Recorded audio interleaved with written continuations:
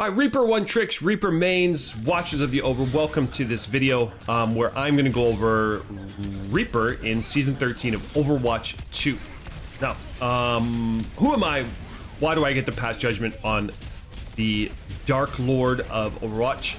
I am a Reaper one trick, have been for most of Overwatch 2. I have about over 600 hours on Reaper. I've been the top ranked Reaper one trick in Asia for however long, mostly because nobody can one trick him. He's not, I don't recommend being a Reaper one trick. A Reaper main, yes, Reaper mains out there, welcome. But he's kind of frustrating to one trick, I'm not gonna lie. So how does Reaper, how does he feel in season 13? What do I expect out of him? It's gonna be very similar to season 12. Season 12, we saw a huge influx of Reapers, especially at the beginning of the season. Why? Why did we see all these Reapers suddenly? For many reasons. First being he got a mythic skin, right? And trying to be as unbiased as possible, I think it's one of the best mythic skins in Overwatch 2. I love it. I think it's great. I got the black and gold upgrade to it. It's a pretty sick skin. So a lot of people got the mythic. They wanted to use it. You gotta play Reaper. Another reason is the nerfs to armor. Armor absolutely sucks the life out of Reaper. He doesn't do any damage. Well, he didn't do any damage, but they nerfed how much damage the damage reduction from armor, and now Reaper can do, you know, he can chip away at Diva, at Mauga, at Winston when they're full HP. That's another reason. One more reason was the content creators. Content creators, for some reason, all of a sudden said, "Oh my God, Reaper he's overpowered. He's does the most damage of all DPS. He's broken." I've never heard of a hero going from B tier to being broken without anything actually changing to that hero. And I don't blame them. Reaper is I mean, he's a pretty big name in Overwatch, I would say.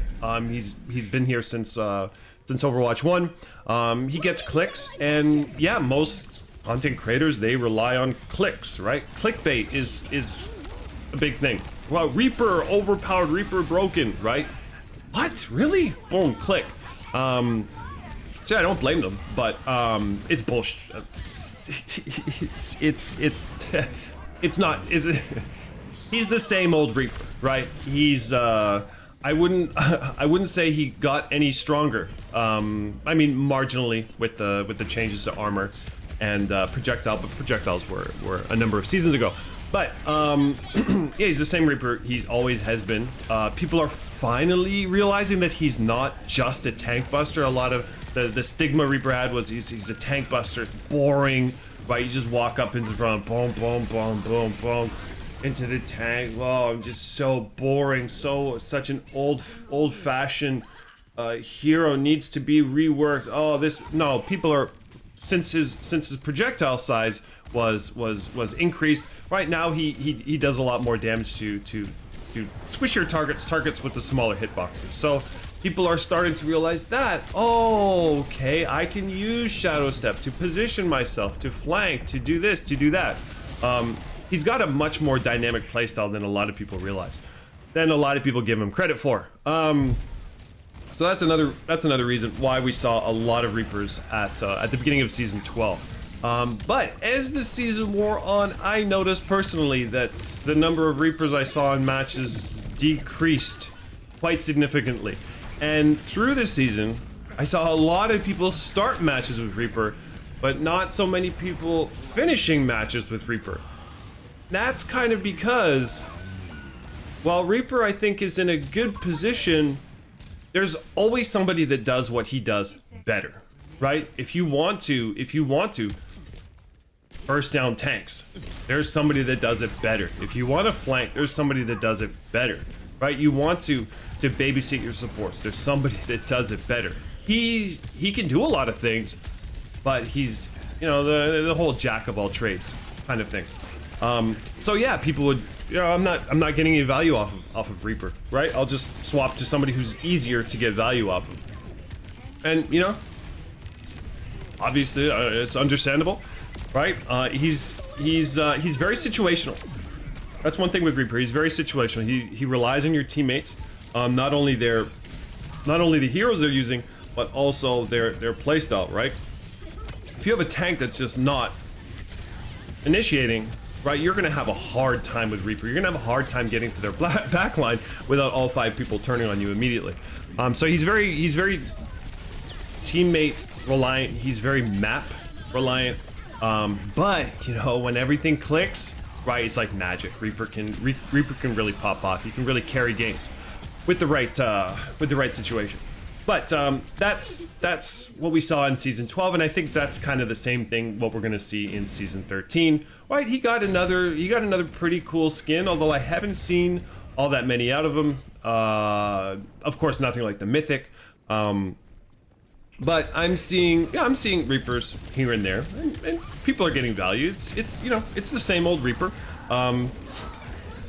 I heard some people saying in season, oh, he's S tier. He's just, oh my god, he's in a class. No, I would give him a B tier. I mean, he was B for the longest time, in my opinion, for the majority of Overwatch 2. And he got, once they made the changes to armor, I mean, he shot down to basically almost unplayable. Not quite. I continue to play him. I continue to one trick him. I'm sticking with my man. But yeah, he went down to about D tier for a little bit, and then he kind of popped back up to B tier. Now he's playable.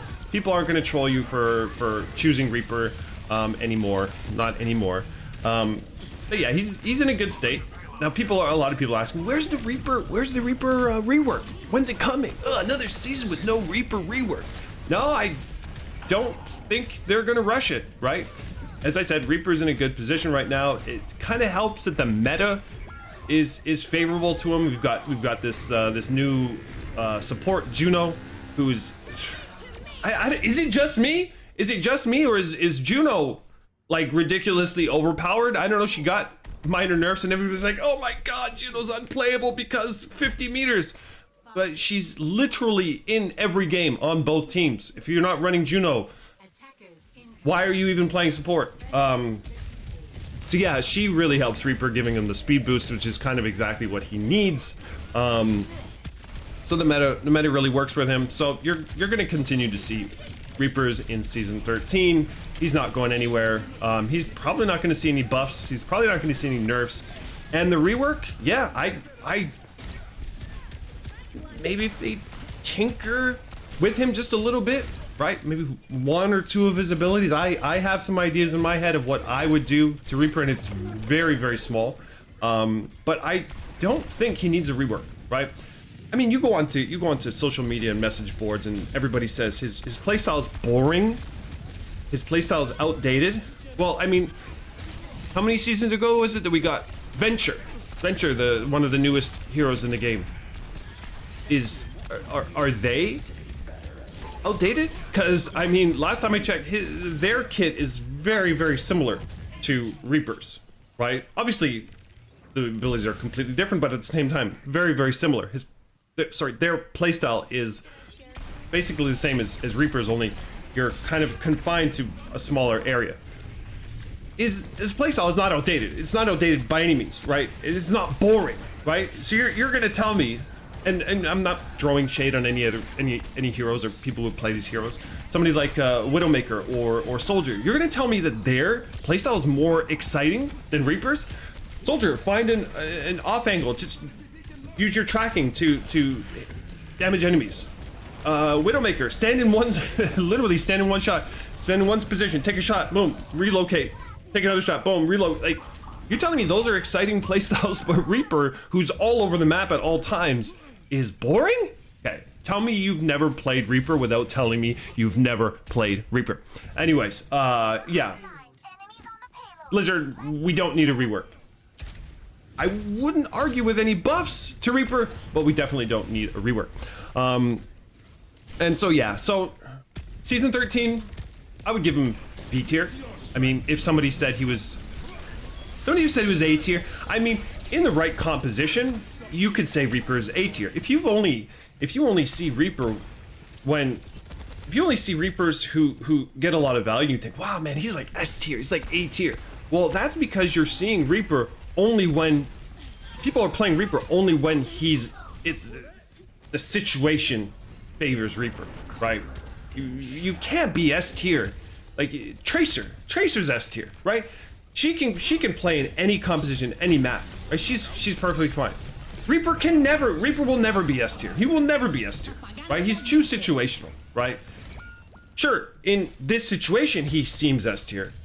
Well, let's put him in different situations. He's just gonna fall flat in his face. So you can give him a B tier, right? He has his highs and he has his lows. I've been there for all of them. I'm still trying to figure out how we can change the lows into maybe not highs, but not so low lows. But anyways, that's my analysis of Reaper for season 13.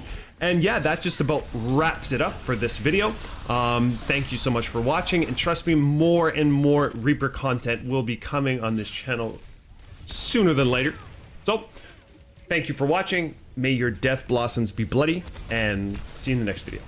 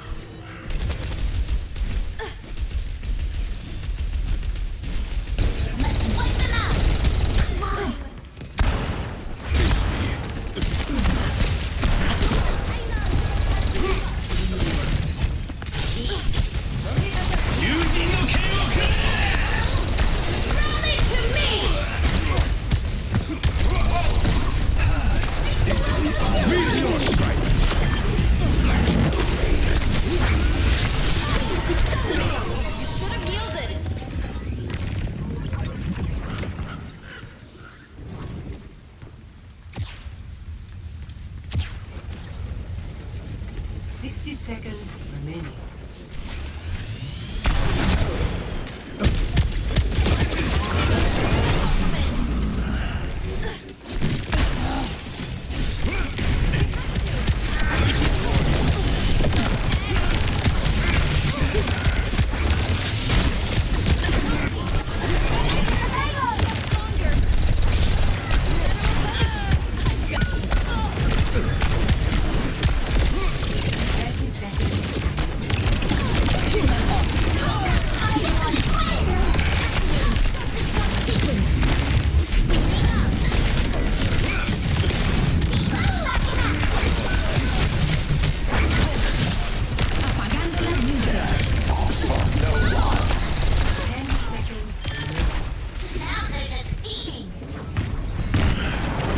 Flanking.